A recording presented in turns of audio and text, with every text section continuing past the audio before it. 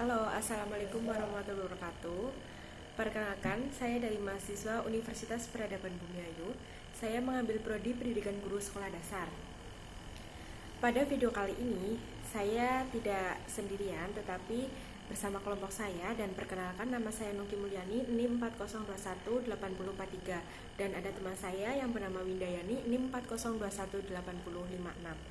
Pada video kali ini, saya akan membahas tentang landasan dan kebijakan pemerintah dalam pendidikan inklusi anak berkebutuhan khusus. Langsung saja kepada materinya. Untuk penjelasan yang pertama ada landasan pendidikan inklusi. Terdapat 5 landasan pendidikan inklusi yang bisa menjadi bahan pertimbangan untuk melakukan evaluasi terhadap perkembangan pendidikan bagi anak pendidikan khusus di Indonesia. Hal ini penting karena pendidikan inklusi memberikan kesempatan kepada semua orang untuk belajar bersama-sama tanpa terkecuali. Yang pertama ada landasan filosofis, yang kedua ada landasan yuridis, yang ketiga ada landasan religius, yang keempat ada landasan pedagogis, dan yang kelima ada landasan empiris. Untuk penjelasan pertama, landasan filosofis. Landasan filosofis utama penerapan pendidikan inklusi di Indonesia adalah Pancasila, yang merupakan 5 pilar sekaligus cita-cita yang didirikan atas pondasi yang lebih mendasar lagi, yang disebut Bhinneka Tunggal Ika. Di samping itu, pandangan universal hak asasi manusia juga menjadi landasan filosofis pendidikan inklusi. Berikutnya, landasan religius. Sebagai bangsa yang beragama, penyelenggaraan pendidikan inklusi tidak bisa lepas dari konteks agama. Karena pendidikan merupakan tangga utama dalam mengenal Tuhan. Ada banyak ayat Al-Quran yang menjelaskan landasan religius dalam pendidikan inklusi. Di antaranya yang pertama ada surat Al-Maidah ayat 2 dan ayat 48. Yang kedua ada surat Al-Hujurat ayat 13, dan yang ketiga ada surat Al-Zukhruf ayat 30. Berikutnya ada landasan yuridis. Penyelenggaraan pendidikan inklusi juga berkaitan dengan kesepakatan-kesepakatan internasional yang berkenaan dengan pendidikan. Landasan yuridis internasional tentang penerapan pendidikan inklusi. Di antaranya yang pertama ada Deklarasi Hak Asasi Manusia pada tahun 1948. Yang kedua ada Konvensi Hak Anak pada tahun 1989. Dan yang ketiga ada Salamanca Statement pada tahun 1994. Dan yang keempat ada Lifelong Education and Education for All pada tahun 1995. Dan yang kelima ada Dakar Statement pada tahun 2000.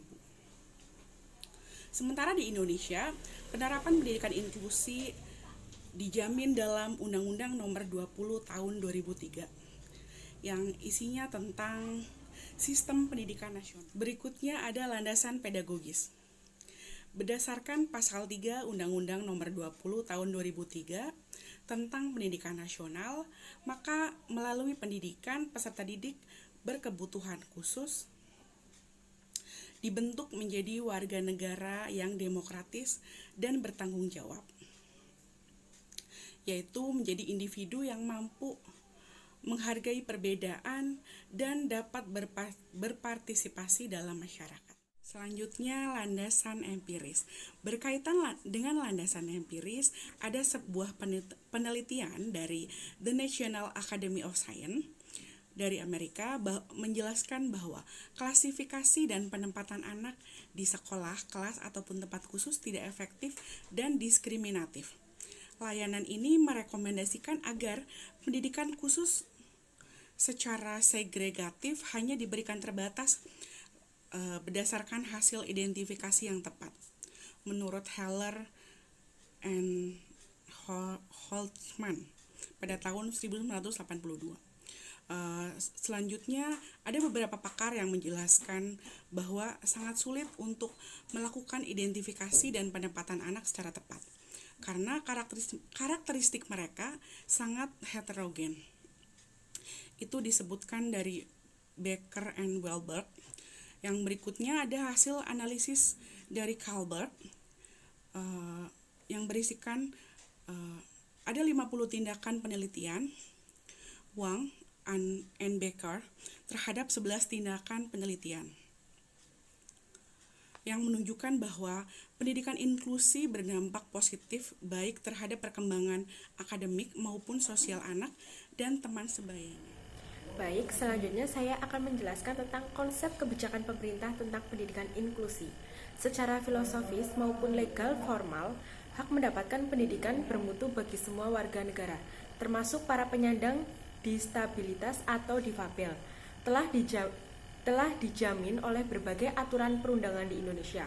Pembukaan Undang-Undang Dasar 1945 yang merupakan jiwa dari Undang-Undang Dasar 1945 dan seharusnya juga menjiwai keseluruhan proses penyelenggaraan negara ini, menyatakan bahwa mencerdaskan kehidupan bangsa dan seluruh tumpah darah Indonesia merupakan salah satu tujuan dari berdirinya negara Republik Indonesia. Selanjutnya, dalam pasal 31 ayat 1 Undang-Undang Dasar 1945 disebutkan bahwa setiap warga negara berhak atas mendapatkan pendidikannya.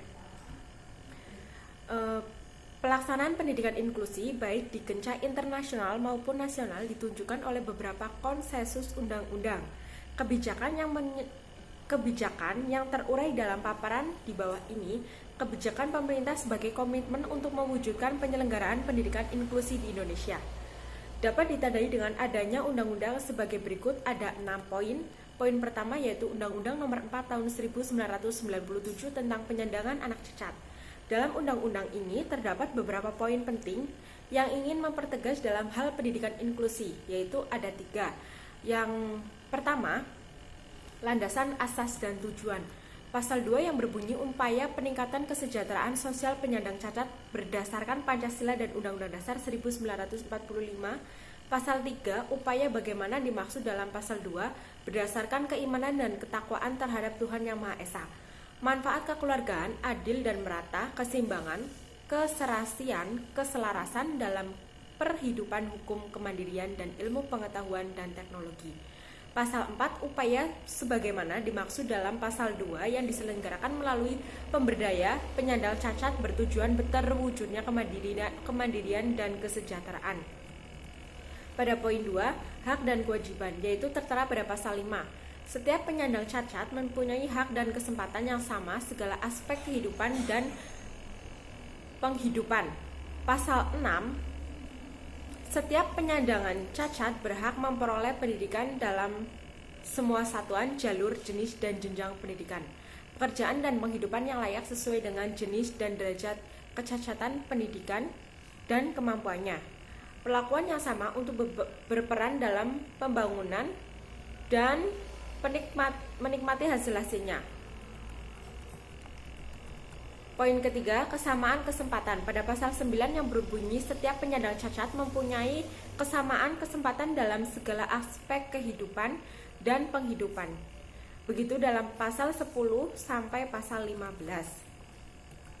Poin yang kedua, Undang-Undang Nomor 23 Tahun 2002 pasal 48 dan 49 tentang perlindungan anak.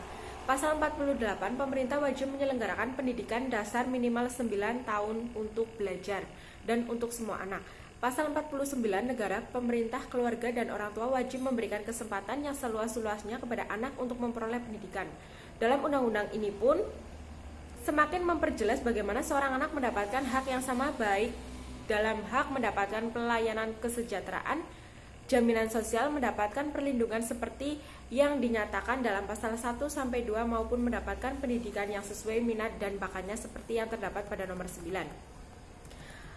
Poin ketiga, Undang-Undang Nomor 20 Tahun 2003 pasal 5 ayat 1 sampai dengan 4 sistem pendidikan nasional, yaitu yang A, setiap warga negara mempunyai hak yang sama untuk memperoleh pendidikan bermutu.